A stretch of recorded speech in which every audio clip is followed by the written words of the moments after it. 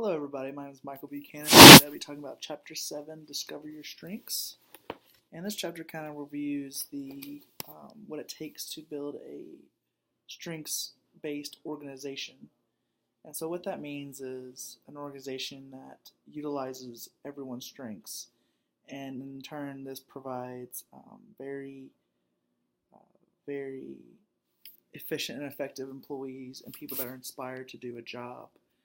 Now, this chapter goes into the different things you want to look out for in trying to find somebody to do the job best as possible. I think a lot of people have issues with these problems because they don't utilize their employees' strengths, or the employees don't feel like their strengths are being utilized, or they have the talent, or they just don't care.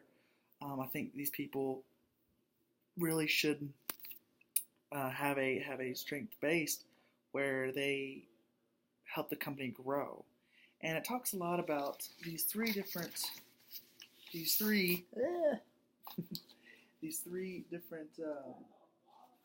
to look for in a person. And of course, it starts off saying that each person's talents are unique and differ. So somebody that's really good at accounting might not be really good at sales. Of course, everyone knows that. And I think to have a successful organization, you always need to have a great employee base that will give you little turnover. So one of the things they talk about is, spending a lot of money and time in selecting people properly in the first place.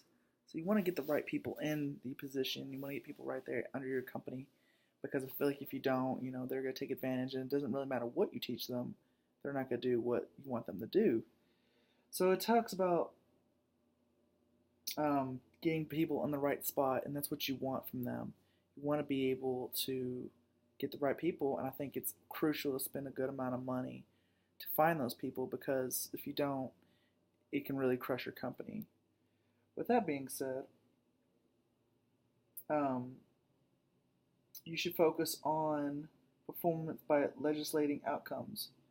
So rather than forcing each person into a stylistic role, so basically, if you throw somebody, basically what they're saying here is if you just turn someone into a robot and say, hey, I need you to do this job, that's kind of hurting them, because, you're not working to their strengths. You're not even trying to look.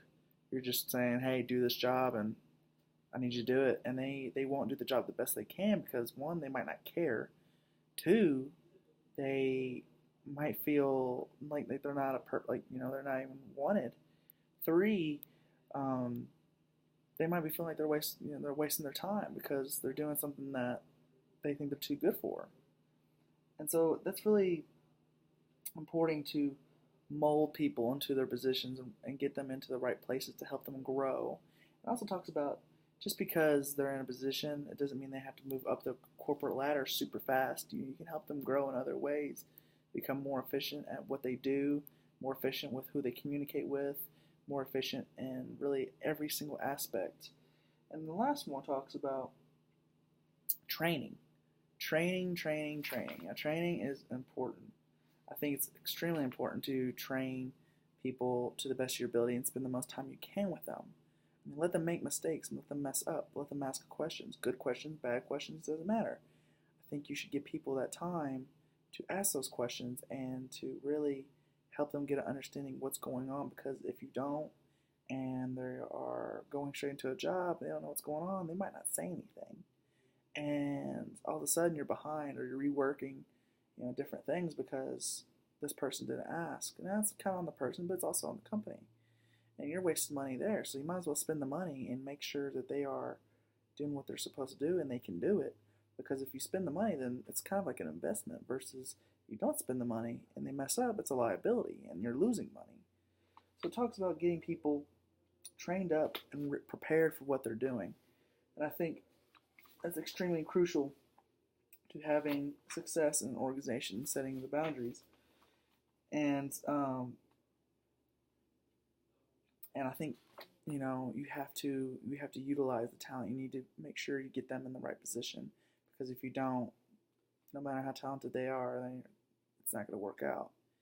And so I think you need to have a really good eye and really good perspective on who to find, how to find them, and how to train them and get them in the right positions. And I think that is the key to organizations that fail and organizations that succeed.